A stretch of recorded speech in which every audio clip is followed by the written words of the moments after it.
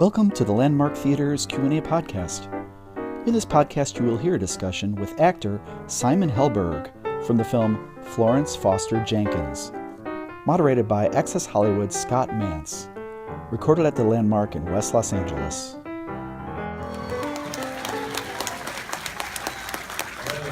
Well, first, the first question, Simon, is sort of a standard to sort of kick things off. But how did this project come about for you?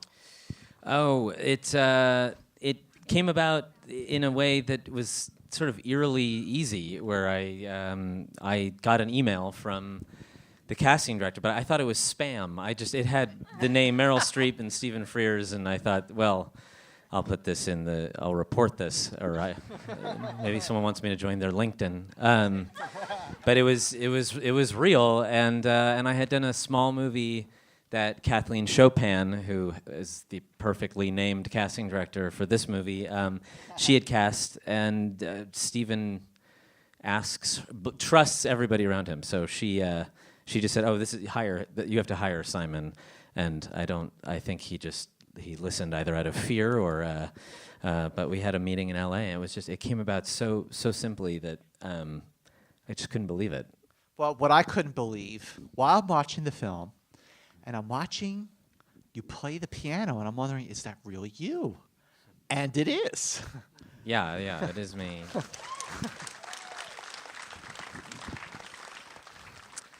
Thank you. So let's back up a little bit. How long have you been playing the piano? Well, I had been playing when I was 10. I started, and I played. I wanted to be a singer, and my parents smiled in a way that I now realized meant don't be a singer. So they said you should play an instrument that can help your ear. It was kind of like this movie, and I played piano, and I wanted to play jazz. I wanted to play rock music, and then I by default got into jazz, and then by default got into acting, and then left the piano just for fun to if I wanted to show off, which I never really did, but sometimes would be forced to, I was like an impressive piano player, not a professional, but when I met with Stephen Frears and I knew that I had a chance to be in this movie, I was a classically trained pianist, and then I had to do that. So I rented a little apartment, Airbnb, and I just went into a hole to get ready for this. So I had to learn these pieces backwards and forwards, really, to play with Meryl, because we played all of the music live also. So everything in the film is happening there in front of you, and to sort of steer the sinking ship that Meryl was, that Florence was. You have to know the music. You have to know it like the back of your hand. So it was just months and months of insane practice and sort of figuring out at least the posture. I thought they could at least overdub me if I looked like I knew what I was doing, but we were determined to get there. Now, I'm a massive Beatles fan. Where did you record this music? Okay, so this is the contradiction of what I just said. So we everything you see is live. However, when we went to London, they said, so you're going to record all of the music at Abbey Road. And so I said, well, all of my dreams, while they're all coming true, it didn't need to happen at the same time. I didn't expect to. I'm very grateful, but I hope to maybe go to Abbey Road one day, or maybe work with Meryl Streep one day. I didn't expect to cut an album with Meryl Streep at Abbey Road of opera music also.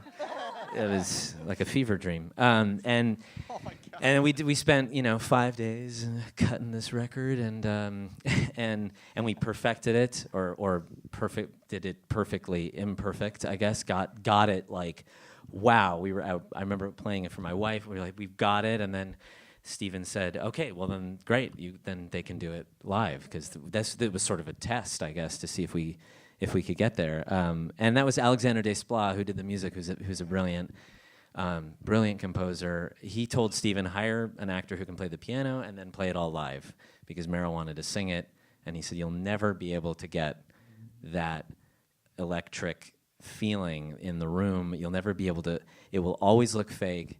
And so all of those reactions and everything that's going on was because we didn't know what was coming next, which is what you hope for, I think, as an actor and as a musician, and I don't know, in life, I think it's to be surprised.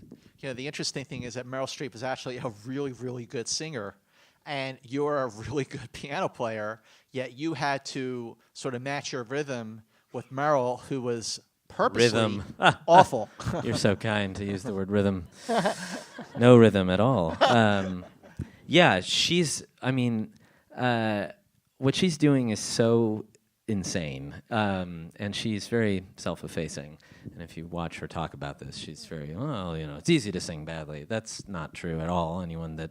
For me it is, but if you can't sing, I guess it is. And if you just have to sort of flail, I guess you can sing badly. But if you're gonna, this is beyond. Actually, this isn't really just bad singing. It's sort of, and she talks about it. It's actually it's so close to good. It really actually is. That's what is so awful about it, and that's what's kind of compelling about it.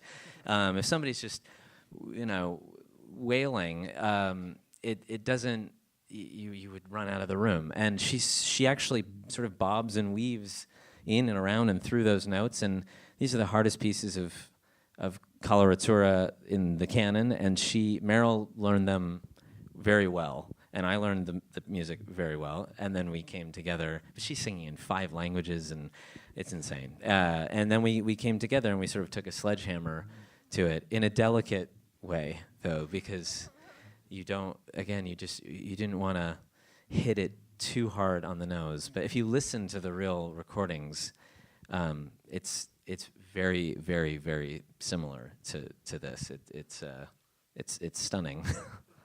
The most fascinating thing about the story is that she became a phenomenon in the early 40s. People didn't run out of the room.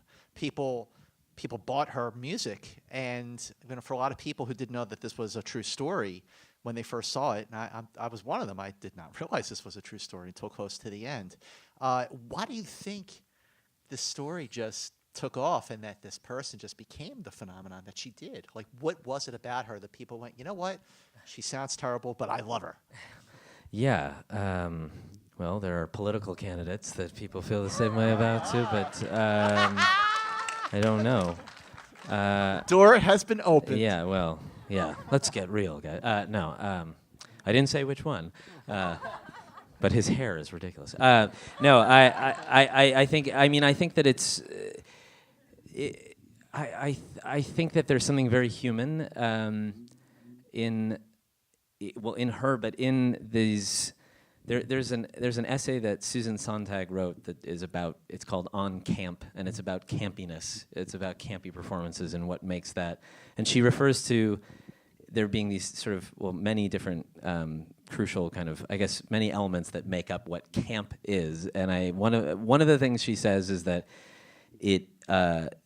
that you must be unaware of your campiness in order to really achieve pure camp. Otherwise, you're ironic and you're trying. And that's not very.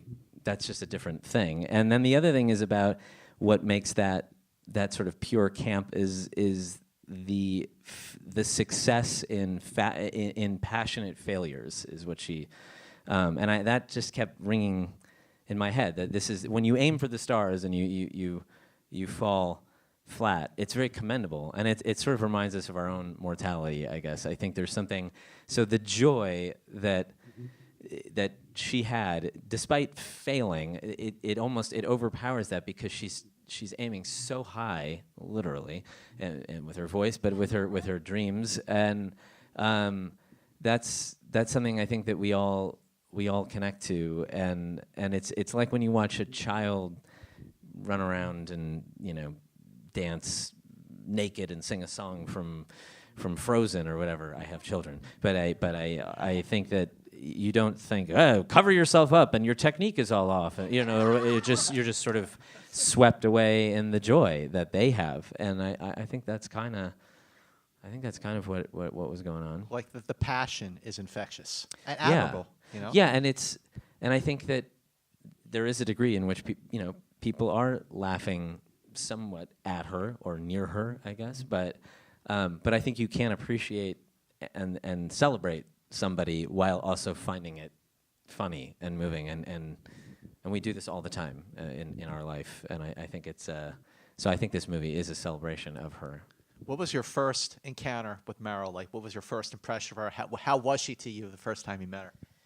Oh, sadistic. She's got a mean southpaw. She's the kindest, most welcoming, disarming person. I just really think that when you watch her on screen, the reason that probably everybody is here and everybody goes to see her movies is indicative of what she is as a person, which is just a sensitive.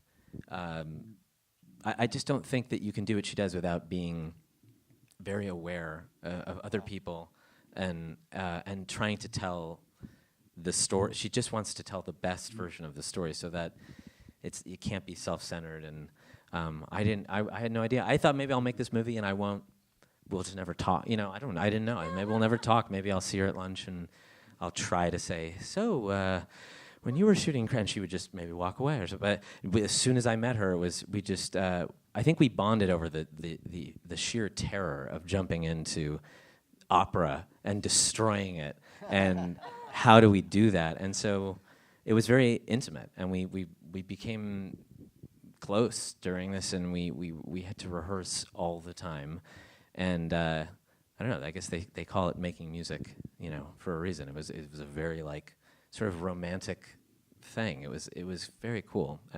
Yeah, very, very cool. And Hugh Grant, he gave just one of the best performances I think of his career. Yeah. Wow. How was it working with Hugh Grant? It was really great.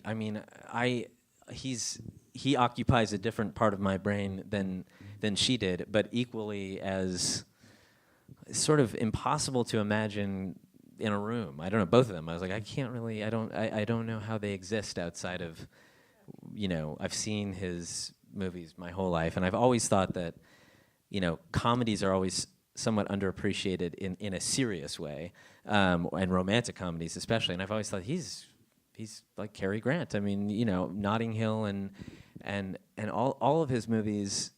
The amount of crying that I did, and the amount of sort of trying to be like him when I would find a girl that I loved or whatever. But that's a real skill. When somebody's very effortless, when it seems effortless, people can sometimes write it off as being, he's just playing himself, and playing yourself is not easy. So working with him was, as charming as, and he cared a lot, and he brought. I think when you're working with Meryl and Stephen, you go into overdrive, and you want to come in ready to do it. Yeah, you bring out your A game for sure. Yeah.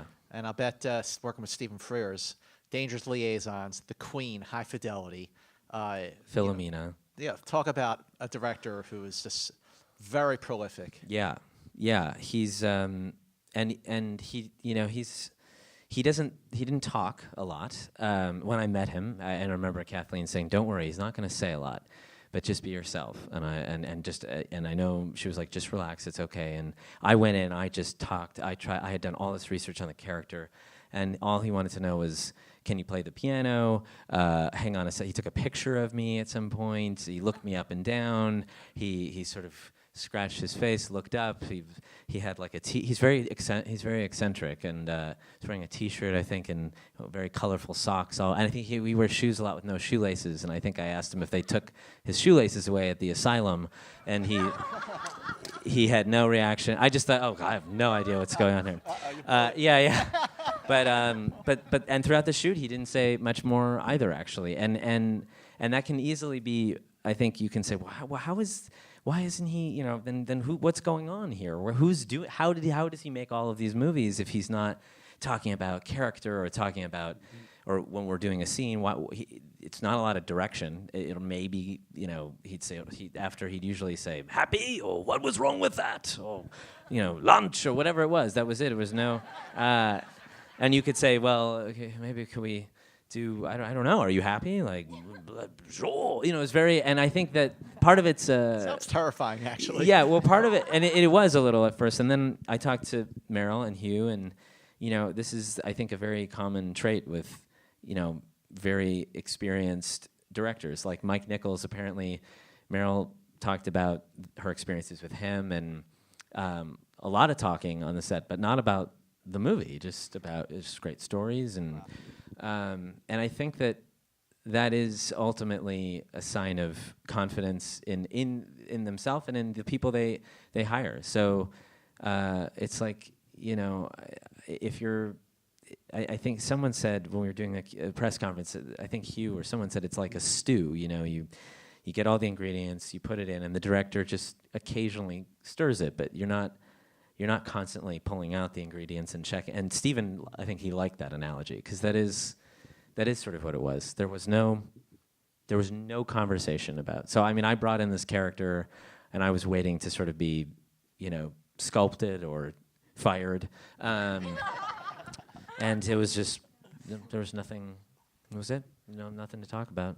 Well, the reviews of this movie have been fantastic. It's like 90% on Rotten Tomatoes, which is amazing. And just to quote a few, Rolling Stone magazine said, "Helberg is irresistible." It gets better. The Wall Street Journal says, if they gave Oscars for reaction shots, Helberg would win hands down. Why don't they? Can't we do that? And the most important review, he was pretty good, from my parents. That's a tough crowd, always. Anyone's parents. Well, that's very nice. Thank you for. I paid you well before we came in Yes. here. Lunch is on me. Yeah. But Simon, I've really felt like halfway through this movie, watching your performance again, for me, it's directed by Stephen Frears, with Hugh Grant, with Meryl Streep, not just holding your own, but everyone's complimenting each other. And I just felt like, wow, this is kind of a game changer for you, for people to see you something else other than, round of applause, The Big Bang Theory. But how much does that mean to you to be able to do something completely different and hold your own? Well, yeah. I try not to. I won't lie. I try not to think about the sort of way that a career is perceived, because it's very hard to do that anyhow. But I, like I said, I won't lie.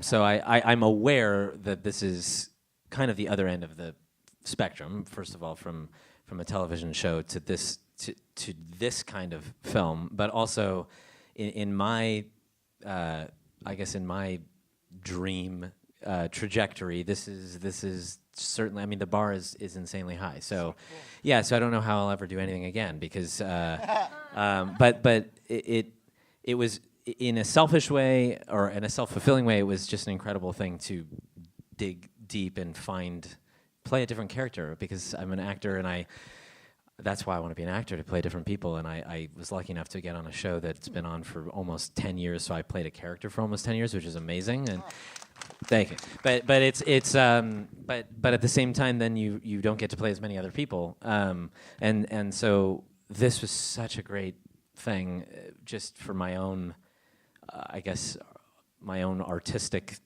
aspirations, and I think it's good for people to say, oh, right, yes, I forgot that actors are actors, and I don't know anything about science, and I will always disappoint people when I don't know who Lieutenant Uhura is, or what Star Trek character is this or that. I'm always disappointing people because I don't know that stuff. But and now they'll ask me about Delibes and Chopin, and I'll disappoint them again. My question for you is, do you have a preference when you're acting of which medium it is that you're doing? Do you prefer TV, film, or theater? Well, I've been doing one for so long that the thing about what I get to do on the show is it is a great blend between theater and film, really, because it's a play. There's 4 cameras. There's an audience. We go through scenes in their entirety, which is very different from a movie like this. So it's hard. It's hard to say what I prefer. I'd like to do some theater again, and I'm sure I'll get tired very quickly because that is kind of the hardest thing to, you know. But to get a run at a character and a story in real time in a performance and have an audience is pretty amazing. But then doing this is to be on a set and have it be intimate, and have a camera be right here and feel a freedom to not have to do much, which it's not very different in terms of what you do as an actor, but there is just a technical difference between the back row or the camera being far away, and what you do to convey or to when you're in a scene as opposed to when the camera's right here. It just is. It's different, but it's coming from the same place. So yeah, people think there's a very big difference between TV and movies, and I think actually going from a sitcom to this is actually sort of easier maybe than going the other way if you haven't done theater, just because when you're doing, you know, sometimes in movies you only act for 5 seconds at a time, the camera's right here, but we did long takes, and he would set up 4 or 5 cameras sometimes because of the music, and so there were a lot of that's very fulfilling as an actor to have a go at it. But what was the hardest thing about this movie? Because every look you had I felt was so dramatic. Not in a I just was very impressed. Thank you. The hardest thing was just getting over sort of the anxiety of being between the music and the people I was working with. There was a great deal of pressure. So I think actually giving in to being scared and allowing that to just be okay. And luckily, my character was sweating all the time, so that worked out well. But yeah, the music was very challenging to act and play and do it with Meryl and Stephen, and it was a lot. She was asking if Earl Wilson, the critic, how accurate that was. Was he really a critic? She recalled him being a gossip columnist in New York, which I think is true. That I think he was sort of like the toast of the town, kind of what's going on. But I think he did write about. I don't know if he was officially a music critic, but he is the one that went to Carnegie Hall and wrote about her. I don't know how terrible of a thing it is to sort of write, hey, what's going on? I mean, I think he was a little bit vicious, but he was the one that didn't take any money, and he probably was just confused. Yeah, I'm not sure though if he. Everything it was as accurate as. There's not a ton of information about all of the goings on with these people, but. Please spread the word Thank you, about guys. Florence Foster Jenkins. Thank you so much. Thank you so much, Simon. You have been watching the Landmark Theater's Q&A podcast. For further in-depth discussions with filmmakers, be sure to check out the other Q&As available on our channel from past films. And remember to subscribe to our YouTube channel to stay up to date with all our bonus content. Thanks for watching.